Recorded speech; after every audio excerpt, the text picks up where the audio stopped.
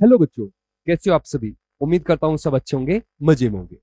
तो बच्चों, हमारा जो बोहर्स मॉडल था वो कंप्लीट हुआ।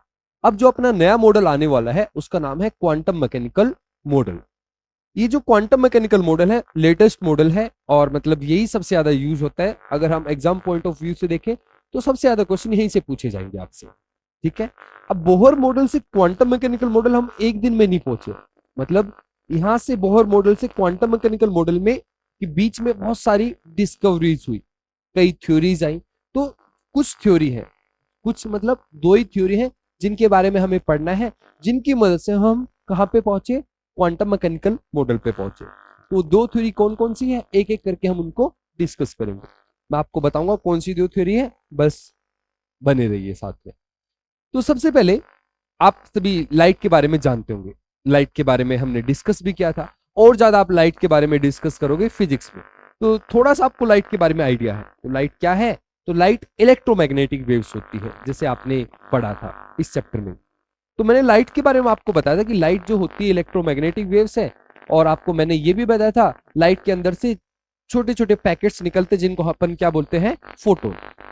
अब लाइट के बारे में ये थोड़ा सा आइडिया दिया था मैंने। लाइट बहुत अजीब सी चीज है। क्या है लाइट के अंदर अजीब, तो एक एग्जांपल समझाता हूं। मान लो मैं एक सुपर हीरो, और एक सुपर हीरो हूं। तो जो आपका शहर है, उस शहर में कहीं पे कुछ गलत काम होता है, मान लो वहां पे चोरी हो रही है।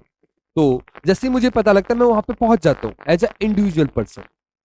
पहला केस ये है, पहला सिनेरियो ये है कि शहर में किसी एक जगह पे चोरी हो रही है, तो मैं वहां पे पहुंच गया। तो मैं एक सुपर हीरो हूं, तो उस चोरी को होने से बचाता हूँ, या कुछ भी गलत काम हो रहा है उसको रोक रहा हूँ। तो ये एक फर्स्ट सिनेरियो है। सेकंड सिनेरियो को कंसीडर करते हैं। तो एक और केस है। उस दिन क्या हुआ कि एक एक जगह नहीं, 50 जगह पे चोरियां हो रही है, मतलब 50 जगह पे गलत काम हो रहा है। और मुझे हर जगह पे प्रेजेंट होना, तो मेरे अंदर एक सुपर पावर है। सुपर हीरो, तो एक सुपर पावर है मेरे अंदर कि मैं एक ही मोमेंट पे, एक ही टाइम पे अलग अलग जगह पे प्रेजेंट हो सकता हूँ। जैसे भगवान, हम बोलते हैं ना हर जगह पे प्रेजेंट होते हैं। तो इसी तरीके से मेरे अंदर वो पावर भी है। तो मेरे अंदर दो चीजें हैं। अगर मैं चाहूं तो एक जगह पे, तो एक ही जगह पे रह सकता हूं। अगर मैं चाहूं तो बहुत सारी जगह, तो बहुत सारी जगह प्रेजेंट हो सकता हूं। अब आपको मजेदार बात ये बताता हूं कि लाइट कुछ ऐसे ही बिहेव करती है। लाइट के अंदर कुछ ऐसा ही नेचर है। आपने पता नहीं सुना है नहीं सुना, लेकिन मैं अभी आपको बताने जा रहा हूं कि लाइट के अंदर दो नेचर होते हैं, एक पार्टिकल नेचर और एक वेव नेचर। जैसे जैसे अभी मैंने आपको एग्जांपल दिया ना कि मैं एक जगह पे हूं, मतलब एक जगह पे चोरी, तो मैं एक इंडिविजुअल पर्सन गया, तो मैं पार्टिकल की तरह गया। और जब मैं 50 जगह पे हूं, तो मैं कहां पे हूं, तो 50 जगह पे हूं। तो वो मेरा वेव नेचर है। वेव की ऐसे पर्टिकुलर कोई जगह नहीं होती, वेव्स फैली होती हैं। तो लाइट के अंदर भी यही है। लाइट जब चाहे उस मोमेंट पे वो पार्टिकल की तरह बिहेव कर सकती है, और जब चाहे वो वेव की तरह। डिपेंड करता है सिचुएशन पे, कंडीशन पे। किसी कंडीशन में लाइट पार्टिकल की तरह बिहेव करेगी, एज छोटे छोटे पार्टिकल्स निकल रहे हैं, और किसी टाइम पे लाइट वेव की तरह बिहेव करेगी। ठीक है। अब कब पार्टिकल की तरह बिहेव करती है, कब वेव की तरह बिहेव करती है, वो उसके बारे में एक्चुअली आप फिजिक्स में पढ़ते हो, लेकिन थोड़ा मैं आपको आइडिया दे देता हूं। जब लाइट को किसी बहुत पतले होल से या स्लिट से गुजारा जाता है, तो लाइट, जो लाइट होती है हमारी, वो फैलने लगती है, मतलब उसके अंदर वेव का नेचर आ जाता है। इसके बारे में डिटेल में आप फिजिक्स में पढ़ोगे। तो मेरा आपको बस एक ही चीज समझाना चाहता हूं, एक ही चीज बताना चाहता हूं कि लाइट का ड्यूल नेचर होता है। लाइट पार्टिकल की तरह भी बिहेव कर सकती है और वेव की तरह भी। ये डिपेंड करता है सिचुएशन क्या है। जैसे मेरे सामने क्या सिचुएशन थी, अगर एक जगह पे चोरी हो रही है तो मैं पार्टिकल, अगर बहुत जगह पे तो मुझे वेव बनना पड़ेगा, हर जगह पे प्रेजेंट होना पड़ेगा। इसी तरीके से लाइट के साथ ये सीन। इसके बारे में डिटेल में फिजिक्स में आप पढ़ते हो लाइट के बारे में। तो यहाँ पे लाइट के अंदर दो नेचर होते हैं, पार्टिकल एंड वेव। उसी टाइम पे एक बंदा था जिसका नाम था डी ब्रोगली। तो डी ब्रोगली ने ऐसे ही मजाक मजाक में बोल दिया, ऐसे ही कि भाई जैसे लाइट के दो नेचर हैं, ऐसे हर एक चीज के दो नेचर होने चाहिए। कोई भी पार्टिकल है, कोई भी मैटर है, उसके दो नेचर होने चाहिए। मतलब वो पार्टिकल भी होना चाहिए, वेव भी होना चाहिए। ये डी ब्रोगली ने हाइपोथेसिस दिया था, मतलब ऐसे ही बोल दिया था, कुछ एक्सपेरिमेंट वगैरह नहीं किया था, ऐसे बोल दिया था कि हर एक चीज की दो नेचर होनी चाहिए, पार्टिकल भी वेव भी। और बाद में दो बंदे थे, डेविसन एंड जर्मर, उन्होंने एक एक्सपेरिमेंट किया। किस पे किया? इलेक्ट्रॉन पे। अच्छा, इलेक्ट्रॉन क्या चीज है? तो इलेक्ट्रॉन को अभी तक हम पार्टिकल मानते थे। बोहर क्या मानता था? एक न्यूक्लियस है, उसके चारों तरफ इलेक्ट्रॉन, एक उसका कुछ मास है, वो पार्टिकल ऐसे घूमता रहता है। तो इलेक्ट्रॉन को हम क्या मानते थे? पार्टिकल। तो डेविसन जर्मर ने एक एक्सपेरिमेंट किया, और वो एक्सपेरिमेंट ऐसा किया, उससे ये साबित हो गया कि इलेक्ट्रॉन वेव है, इलेक्ट्रॉन के अंदर वेव नेचर है। और जैसे ही ये एक्सपेरिमेंट सामने आया, तब डी ब्रोगली की बात सच हो गई। डी ब्रोगली ने क्या बोला था कि हर एक पार्टिकल, हर एक मैटर के अंदर दो नेचर होते हैं, पार्टिकल एंड वेव। और ये बात साबित हो गई, तो इसलिए आज हम इसको पढ़ते हैं। तो हम बात कर रहे हैं डी ब्रोगली हाइपोथेसिस की। क्या बोलता है? बड़ी आसान सी चीज बोलता है कि हर एक मैटर, हर एक पार्टिकल के दो नेचर है, पार्टिकल नेचर भी, वेव नेचर भी। उसका कहना है कि जैसे मैं हूं, तो मैं, मेरे अंदर भी दो नेचर है, मैं पार्टिकल हूं और मेरे अंदर वेव नेचर भी है। तो देखते हैं कितनी सही है बात, कितनी गलत है। तो सबसे पहले डी ब्रोगली हाइपोथेसिस को मैं लिखता हूं। तो बात करते हैं डी ब्रोगली हाइपोथेसिस की। De Broglie hypothesis, hypothesis, de Broglie hypothesis क्या बोलता है? डी ब्रोगली हाइपोथेसिस ये बोलता है similar to light, every particle और matter have dual nature, dual nature समझ रहे हो? मतलब दो नेचर है उसके, पार्टिकल भी और वेव भी। ठीक है।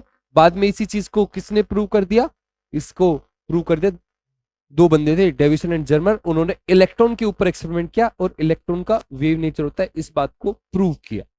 ठीक है। अब इसका एक छोटा सा फॉर्मूला है, उसको एक बार देखते हैं। मान लो अपने पास है ना लाइट है, तो लाइट के अंदर क्या होते हैं? फोटोन। और फोटोन की एनर्जी क्या होती है? H into new. ये फोटोन की एनर्जी है। अगर जो फोटोन है, अगर उसको हम पार्टिकल कंसीडर करें, मतलब मैटर कंसीडर करें, वैसे तो उसका कुछ मास होता नहीं है, जब अगर रुका होता है, चलता है, तब उसका मास हम कंसीडर करते हैं। तो मान लेते जो फोटोन है, फोटोन क्या है? एक वेव का पैकेट है ना? उस वेव को अगर हम पार्टिकल कंसीडर करें तो उसकी एनर्जी कितनी होगी? तो आइंस्टाइन बोलता है energy is equal to mc square. जो मास होता है उसके पास कितनी एनर्जी होती है? mc square. तो हम इसको इक्वेट कर देते हैं, ये फोटोन की एनर्जी है, अगर हम उसको वेव मान के चल रहे हैं तो h न्यू, और हम उसको पार्टिकल मान ले तो उसकी एनर्जी कितनी हो जाएगी? mc square. इसको हम लिखते हैं hc by lambda, mc square. तो अपना फॉर्मूला क्या बना?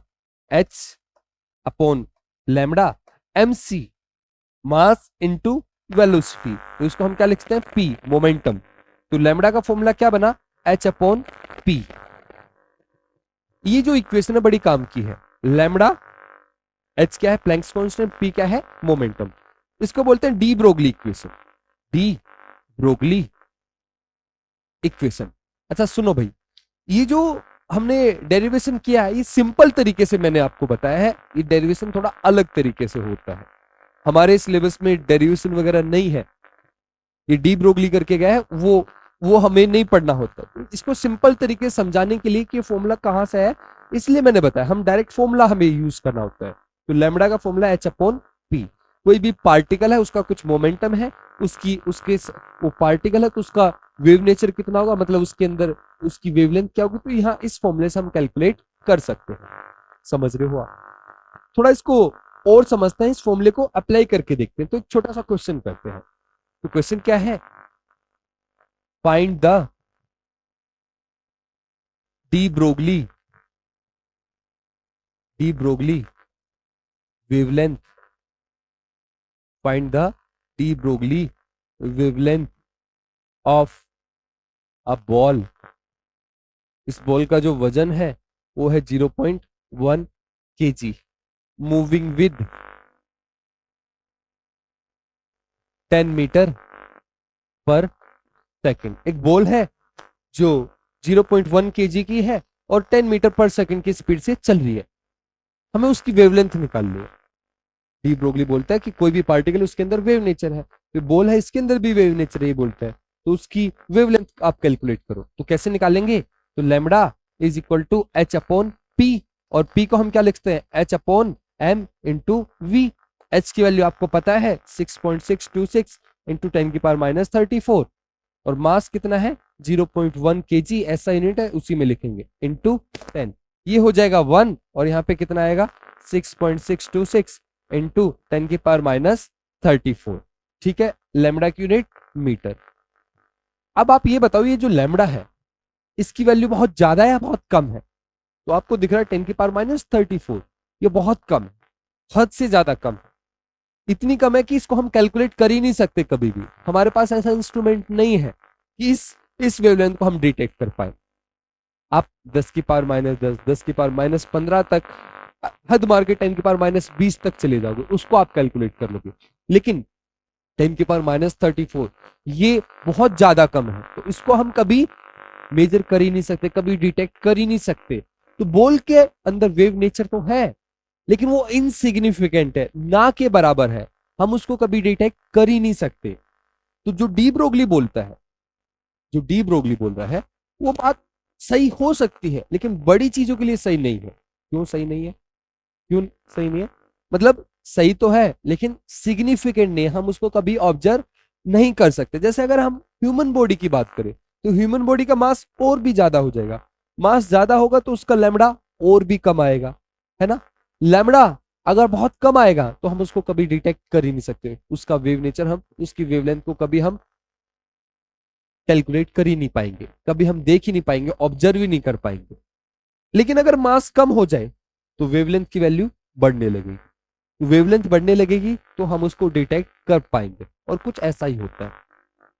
जो डी ब्रोगली बोल रहा है वो बात सही है कि मैटर के अंदर दो नेचर होते हैं, लेकिन वो बात ज्यादा सही या ज्यादा सिग्निफिकेंट छोटे पार्टिकल्स के लिए है, बड़े पार्टिकल्स के लिए वो बात ना, मतलब आप वो सिग्निफिकेंट रहता ही नहीं, उसका कुछ मतलब बनता ही नहीं है।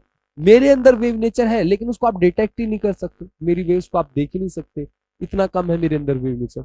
पार्टिकल नेचर मेरा डोमिनेंट है, वेव नेचर ना के बराबर है। लेकिन छोटी चीजें जो होंगी जिनका मास कम होगा, उनके अंदर वेव नेचर काफी ज्यादा रहेगा, मतलब सिग्निफिकेंट रहेगा। तो एक चीज हम लिखते हैं यहाँ पे, नोट, एक नोट लिखेंगे, de Broglie hypothesis is significantly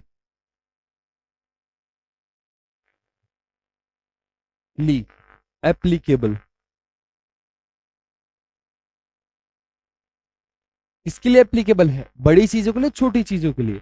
छोटी चीजों के लिए ये सिग्निफिकेंटली एप्लीकेबल होता है, significantly applicable for microscopic. Microscopic मतलब छोटी चीज जिनका मास कम होता है, माइक्रोस्कोपिक ऑब्जेक्ट्स या फिर पार्टिकल। बड़ी चीजों के लिए इनसिग्निफिकेंट होता है, लैम्बडा की वैल्यू बहुत कम आती है, उस लैम्बडा को हम कभी डिटेक्ट कर ही नहीं पाएंगे। क्लियर है? समझ रहा है? एक छोटा सा क्वेश्चन करते हैं, और क्वेश्चन की वजह से मैं आपको इसको समझाने की कोशिश करूंगा। Find out the de Broglie wavelength of an electron moving with velocity of कितना 2 इंटू 10 की पावर 6 मीटर पर सेकंड। इतनी स्पीड से कोई इलेक्ट्रॉन चल रहा है, तो उसकी वेवलेंथ कितनी होगी उसको अपन को मेजर करना। तो कैसे मेजर करेंगे? तो lambda is equal to H upon M V. ठीक है, एच की वैल्यू कितनी 6.626 इंटू 10 की पावर माइनस 34। अच्छा, अब मैं आपको ऐसे क्वेश्चन में कैलकुलेशन थोड़ी डिफिकल्ट होती है, तो थोड़ा आसान तरीके से करना सिखाता हूँ। तो एच की वैल्यू को अपन यूज करेंगे 6.6 इंटू 10 की पावर माइनस 34, ताकि कैलकुलेशन आसान हो जाए। इलेक्ट्रॉन का मास कितना होता है 9 इंटू 10⁻31 है ना, 9.1 होता है तो हम 9 यूज करेंगे। और यहाँ पे 2 इंटू 10⁻6 मीटर पर सेकेंड।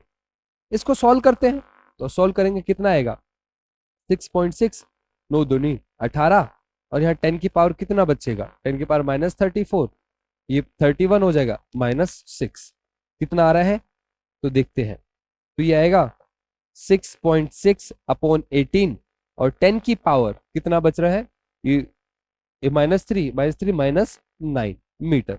और ये जो वेवलेंथ है इसको हम इजीली कैलकुलेट कर सकते हैं, नैनोमीटर में हम मेजर कर सकते हैं। लाइट की ये जो अपनी इलेक्ट्रोमैग्नेटिक स्पेक्ट्रम होता है उसमें अधिकतर नैनोमीटर में तो दी जाती है, तो उसको हम मेजर कर सकते हैं, डिटेक्ट कर सकते हैं। तो इलेक्ट्रॉन के अंदर जो वेव नेचर है वो डिटेक्टेबल है, मतलब हम उसको मेजर कर सकते हैं, ऑब्जर्व कर सकते हैं। तो इलेक्ट्रॉन के अंदर वेव नेचर सिग्निफिकेंट होता है, बड़ी चीजों के अंदर इनसिग्निफिकेंट होता है। समझ में आ रही है बात? तो डी ब्रोगली का ये फॉर्मूला है, आई होप आपको ये क्लियर होगा। ठीक है, इसके बाद आगे बढ़ते हैं, इसके बेस पे कैसे क्वेश्चन पूछे जाएंगे, कैसे क्वेश्चन को करना है उसको समझते हैं।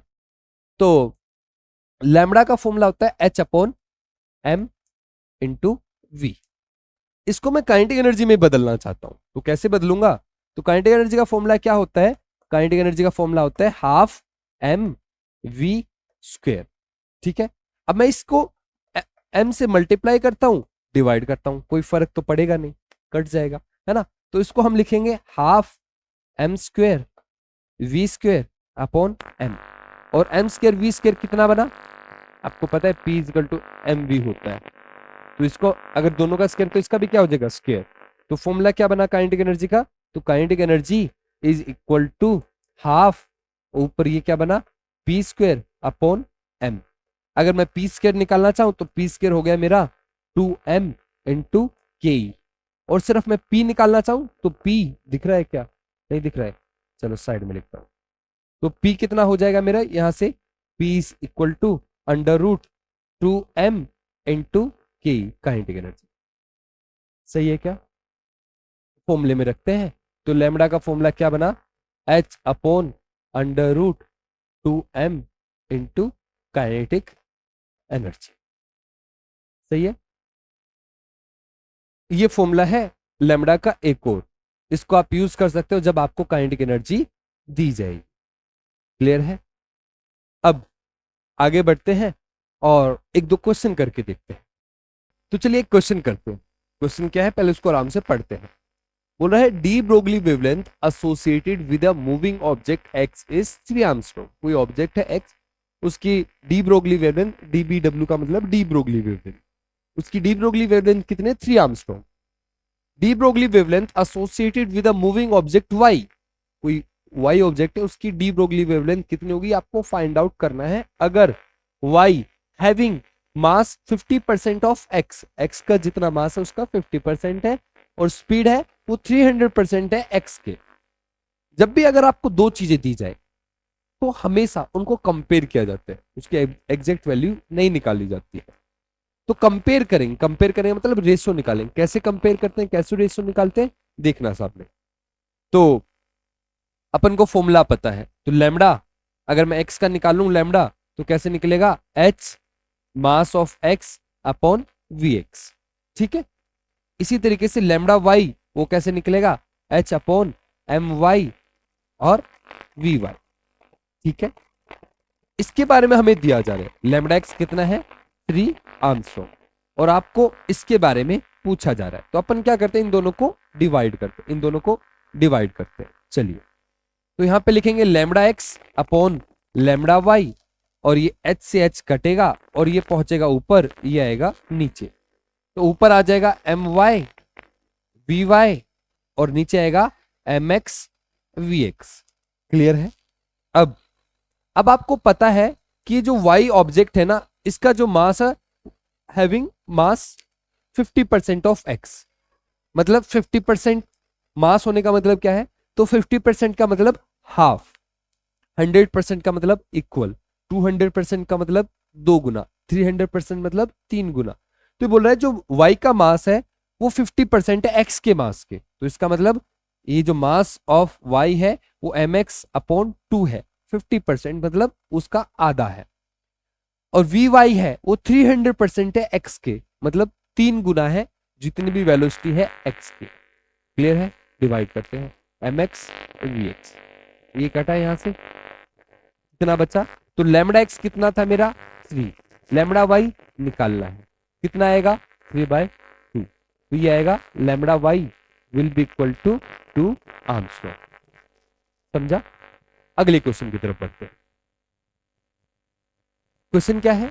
Calculate D Broglie wavelength associated with a moving particle of mass this much and kinetic energy. इस बार काइनेटिक एनर्जी दिया जा रहा है, तो काइनेटिक एनर्जी वाला फॉर्मूला हम यूज करेंगे। तो लैम्डा का formula h/√, kinetic energy 2m into kinetic energy. I hope आपको याद होगा, अभी तो ड्राइव किया था। तो h की वैल्यू कितनी लिखेंगे? 6.6 10⁻34। सही है? √2 पे 2 into mass of this particle कितना है? 6 इंटू 10⁻22, और इसकी स्पीड कितनी है? स्पीड नहीं, काइनेटिक एनर्जी सॉरी, 3 इंटू 10⁻24। इसको अपन को सॉल्व करना है, सॉल्व करते हैं। तो कैसे सॉल्व करेंगे? 6.6 इंटू 10⁻34, और नीचे कितना आएगा?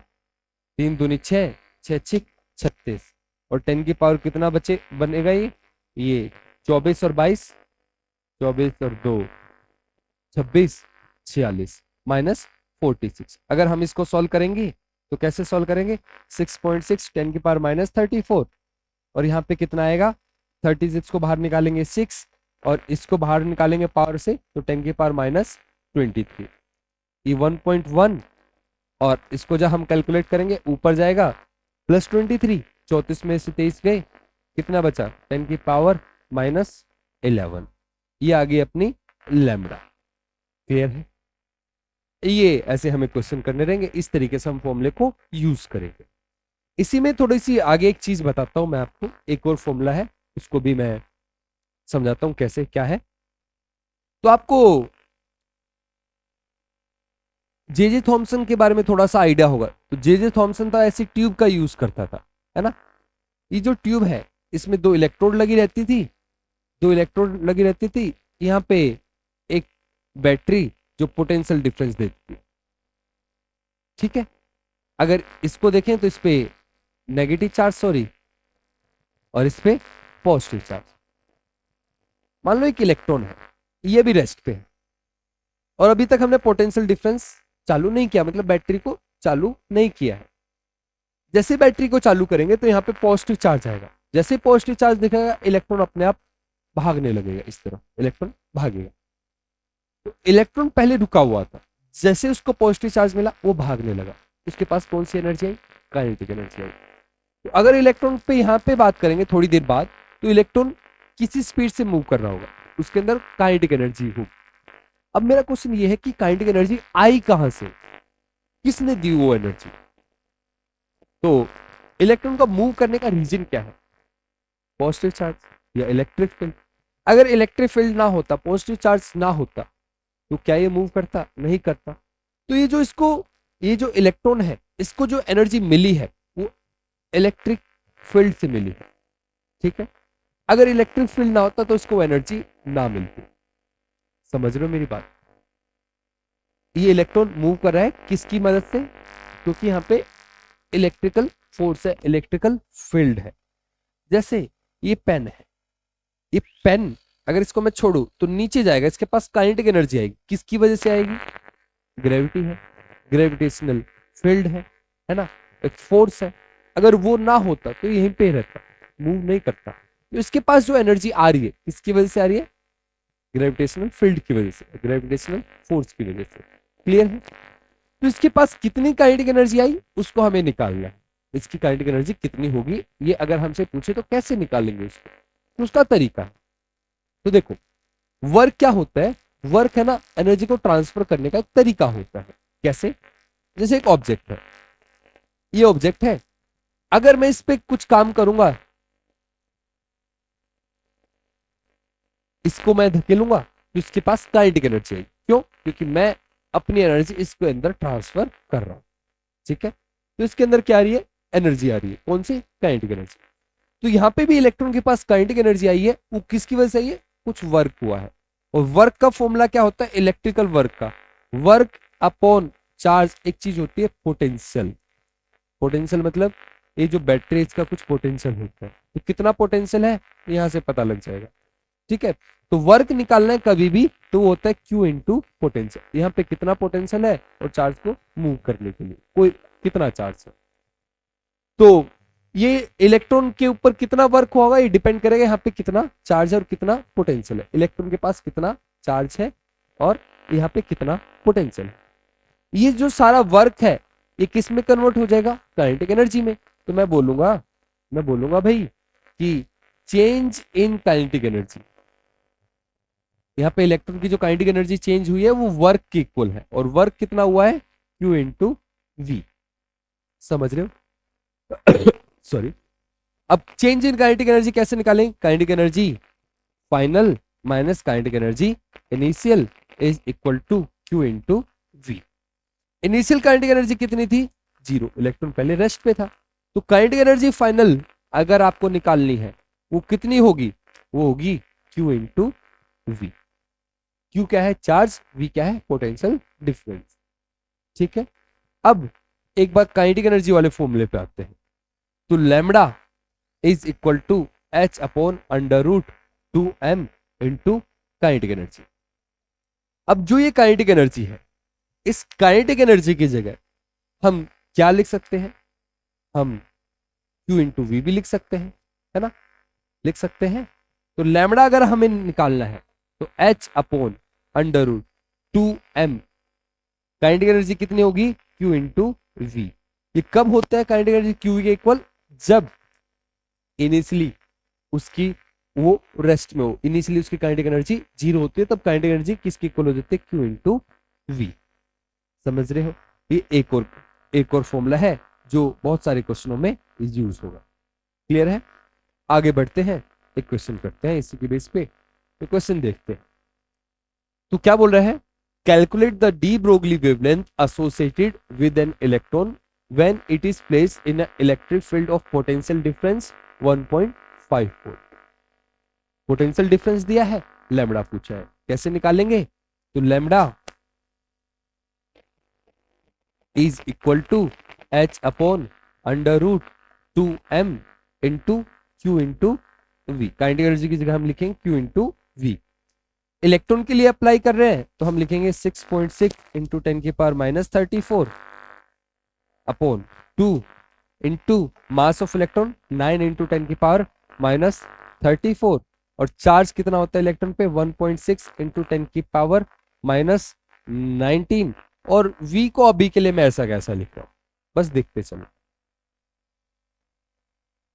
अब इसको थोड़ा सॉल्व करते हैं। 6.6 अंडर रूट में कितना आएगा, तो इसको मैं लिखता हूं 3.2 इंटू 9, 2 को इसके साथ मल्टीप्लाई किया, और 10 की पावर कितनी बचेगी, ये सॉरी 31 आना था, 31 और 9 ये 50 हुआ, 10 की पावर माइनस 50 इंटू वी, 10 की पावर माइनस 34। इसको सॉल्व करते हैं, इसको बाहर निकालते हैं, 6.6 10 की पावर माइनस 34, और यहाँ पे आएगा कितना 3.2 इंटू 9, और इसको बाहर लेके गया तो v अंदर ही रहा, 10 की पावर माइनस 25। इसको ऊपर लेके गया 6.6 इंटू 10 की पावर माइनस 34, और 25 को ऊपर ले गया प्लस 25, और अंडर रूट में क्या 3.2 इंटू 9 इंटू वी। सही है। अब 6.6 को मैं अंदर लेके जाता हूं तो 2 बार लिखना पड़ेगा, 6.6 इंटू 6.6, 3.2 इंटू 9 इंटू वी, और यहाँ पे कितना बचे 10 की पावर माइनस 9। अब यार इतनी बड़ी कैलकुलेशन, टाइम बहुत कम मिलेगा, तो कैसे करेंगे, बहुत टाइम खा जाएगा ये वाला क्वेश्चन तो, है ना। तो इसका अपने पास एक शॉर्टकट रहता है।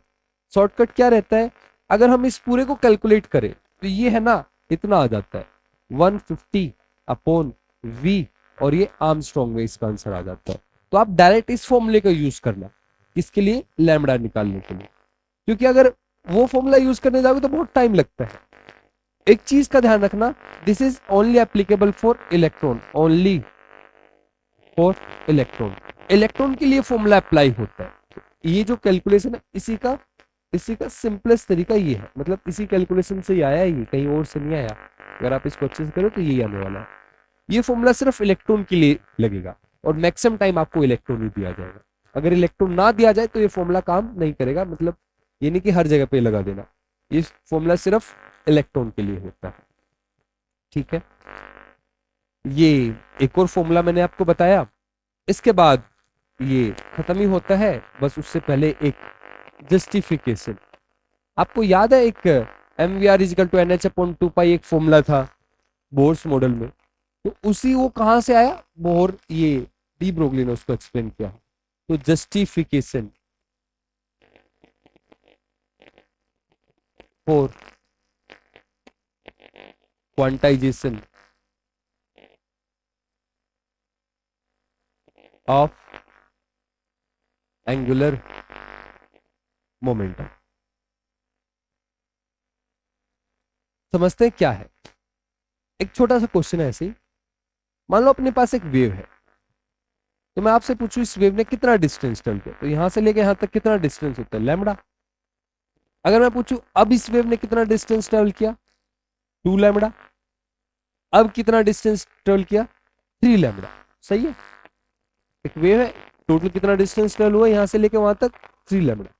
इसी तरीके से ये मेरा न्यूक्लियस है, ये मान लो मेरा कोई भी ऑर्बिट है, इलेक्ट्रॉन घूम रहा है, इलेक्ट्रॉन ऐसे घूम रहा है, इलेक्ट्रॉन घूम रहा है ऐसे, तो डी ब्रोगली बोलता है कि इसके साथ इसकी वेव भी होगी। तो वेव कैसे बनेगी, तो इलेक्ट्रॉन ऐसे घूम रहा है तो उसकी वेव बनते ऐसे। समझ रहे हो क्या? साइड में, जैसे भाई एक मिनट, तो जैसे ये बोतल है, इसके सेंटर में न्यूक्लियस है, इलेक्ट्रॉन ऐसे घूम रहा है, तो उसकी वेव कैसे बन रही है, ऐसे। समझ रहे हो क्या? ऐसे, ऐसी वेव बन रही है, तो उस वेव को मैं बनाने की कोशिश करूंगा यहाँ पे, तो इलेक्ट्रॉन है घूम रहा है, इसके साथ वेव घूम रही है ऐसे।